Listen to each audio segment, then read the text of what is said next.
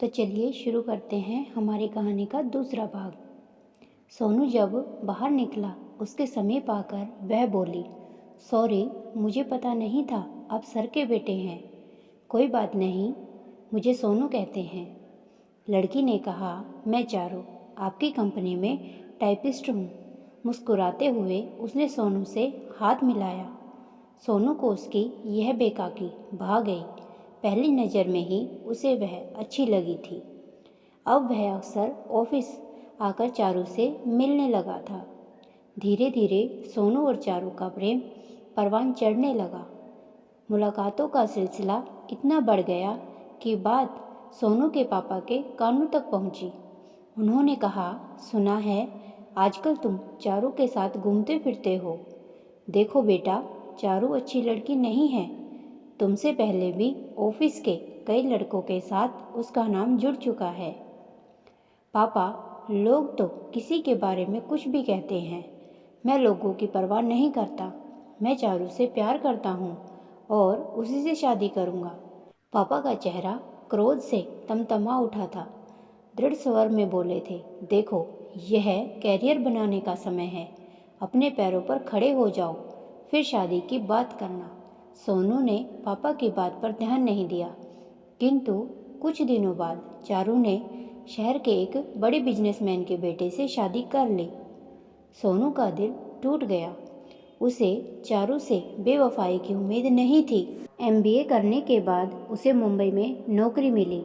2 साल बाद पापा ने जबरदस्ती प्रीति से उसका विवाह कर दिया। सोचते सोचते घर आ गया। घर में परवीन और उसकी पत्नी को देख वह हैरान हो उठा। तुम लोग यूँ अचानक, आज कोई खास बात है क्या? किस दुनिया में खोए रहते हो भैया? आज प्रीति का जन्मदिन है। सोनू खामोश रहा, किंतु परवीन के जाते ही प्रीति पर बरस पड़ा। मुझे सुबह नहीं बता सकती थी आज तुम्हारा जन्मदिन है? दूसरों के सामने अपमानित करके क्या साबित करना चाहती हो? मैं तुम्हारी उपेक्षा करता हूँ, तुम पर जुल्म करता हूँ। प्रीति चुपचाप वहाँ से चली गई। उस रात वह सोचती रही, क्या उसकी सादगी, उसका सांवला रंग उसके लिए अभिशाप है? क्या उसे पति का प्यार कभी नसीब नहीं होगा? सोनू सुंदर पत्नी चाहता था तो उसने माँ बाप की इच्छा के आगे घुटने क्यों टेके? क्या सारी जिंदगी उसे घुट घुट कर जीना होगा? नहीं, उसे जॉब करनी चाहिए। अजय कई बार उसे जॉब करने की सलाह दे चुका था। अगले दिन दोपहर में प्रीति अजय के साथ चैटिंग करने बैठी तो उसने कहा, अजय, क्या तुम जॉब दिलवाने में मेरी मदद कर सकते हो? तुम चिंता मत करो, अपनी कंपनी में ही तुम्हें लगवा दूंगा। कल शाम तुम मुझे चाइनीज़ रेस्टोरेंट में मिलो। किंतु मैं तुम्हें पहचानूंगा कैसे? मैं गुलाबी सूट पहनकर आऊँगी, प्रीति बोली। अगले दिन चाइनीज़ रेस्टोरेंट पहुँचने पर प्रीति का मन घबरा रहा था, किंतु जॉब की खातिर उसे अजय से मिलना ही था। अजय ने बताया था हाल में वह 5 नंबर की टेबल पर बैठा होगा। प्रीति करीब पहुंचकर बोली, हेलो। चेयर पर बैठा व्यक्ति जैसे ही मुड़ा उसे देख प्रीति चिहुक उठी, सोनू तुम? अचरज से सोनू की आंखें फैल गई। कठोर स्वर में वह बोला, प्रीति, तुम यहाँ क्यों आई हो? मैं जॉब के सिलसिले में अपने नेट फ्रेंड से मिलने आई हूँ। घबराहट में वह बोली। परवीन जो सोनू के साथ वहाँ आया था प्रीति की बात सुनकर बोला, भाभी, क्या आप अपने नाम से चैटिंग करती हैं? नहीं, सुरभि के नाम से। क्या? सोनू का मुंह खुला रह गया। तुम्हारे उस नेट फ्रेंड का नाम क्या है? अजय। प्रीति के बोलते ही परवीन खिलखिलाकर हंस पड़ा। भाभी, कुछ समझिए आप। आपका सोनू ही आपका नेट फ्रेंड अजय है।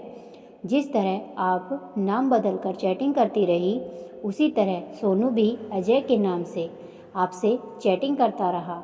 यह भी खूब रही, अनजाने में ही सही तुम दोनों ने एक दूसरे से अपने दिल की बात तो कही। परवीन ने सबके लिए मंचूरियन ऑर्डर करके कहा, चैटिंग के माध्यम से तुम दोनों एक दूसरे को समझे। सोनू, तुमने सुरभि को कभी नहीं देखा था, किंतु तुम उसकी साहित्यिक प्रतिभा से प्रभावित थे। विवाह के बाद तुमने प्रीति पर ध्यान दिया होता तो तुम्हें ये गुण पहले ही दिखाई दे जाते। और प्रीति, तुम्हें भी पता चल गया ना कि तुम्हारा पति इतना निरस नहीं। कुछ देर बाद दोनों घर लौटे। घर आकर दोनों खामोश थे। सोनू को लग रहा था उसने प्रीति को उपेक्षित करके कितनी बड़ी भूल की। उसका अवचेतन मन आज तक प्रीति में चारू को तलाश रहा था, किंतु आज उसकी नज़रों में सुंदरता की परिभाषा बदल चुकी थी। उसने गौर से प्रीति की तरफ देखा। गुलाबी सूट में उसका सांवला रूप और भी निखर गया था। चैटिंग के माध्यम से उसने प्रीति के मन की थाह पा ली थी। उसके विचार कितने सुलझे हुए थे, सोच कितनी परिपक्व थी। अब तक वह सोचता था कितना पाषाण हृदय होगा वह व्यक्ति जो इतनी अच्छी लड़की की उपेक्षा करता था। अब वह यह जानकर कि वह पाषाण व्यक्ति वह स्वयं था, उसे स्वयं पर ग्लानि हो रही थी। रात में सोनू कमरे में आया। प्रीति एक पत्रिका के पन्ने पलट रही थी। मन की भावनाओं पर काबू पाते हुए वह बोला, प्रीति, मैं तुम्हें बहुत सीधी सादी समझता था। तुम्हें पता नहीं था कि मैं ही अजय हूँ। विवाहित होते हुए भी एक अनजान लड़के से चैटिंग करके अपने मन का हाल कहती रही, यहाँ तक कि उससे रेस्टोरेंट में मिलने भी चल दी। प्रीति का चेहरा क्रोध से तमतमा उठा। वह बोली, बस सोनू, बहुत हो चुका। अब मैं और सहन नहीं कर सकती। तुम भी तो विवाहित हो, तुम्हें भी पता नहीं था मैं सुरभि हूँ। फिर तुम क्यों चैटिंग करते रहे? क्या सिर्फ इसीलिए कि तुम पुरुष हो, तुम्हारे लिए सब सही, और मैं औरत हूँ इसीलिए मेरे लिए सब गलत? नहीं सोनू, मैं कल ही तुम्हारे पापा मम्मी से पूछूंगी तुमसे विवाह करवाकर उन्होंने मेरी जिंदगी क्यों खराब की। अचानक सोनू मुस्कुरा दिया। स्नेह से प्रीति का हाथ थामकर बोला, प्रीति, मुझे माफ़ कर दो। मैं यही देखना चाहता था इतने गुणों के अलावा तुम में फाइटिंग स्पिरिट है या नहीं, जो हर लड़की में होनी चाहिए। प्रीति आश्चर्य से सोनू को देखने लगी। सोनू ने प्रीति को गले से लगा लिया। प्रीति की आंखों में सतरंगी स्वप्न झिलमिला उठे। कल तक वह सोनू से जितना दूर थी और आज वो कितनी पास आ गई थी। प्रीति आज बहुत खुश थी कि आज मुझे भी पति का प्यार मिला और प्रीति भी नौकरी करने लगी। वह अपना घर भी बहुत अच्छे से संभाल रही थी और इसी तरह वह दोनों खुशी से अपना जीवन यापन करने लगे। आपको हमारी कहानी अच्छी लगी तो वीडियो को लाइक करें, शेयर करें और चैनल को सब्सक्राइब करें।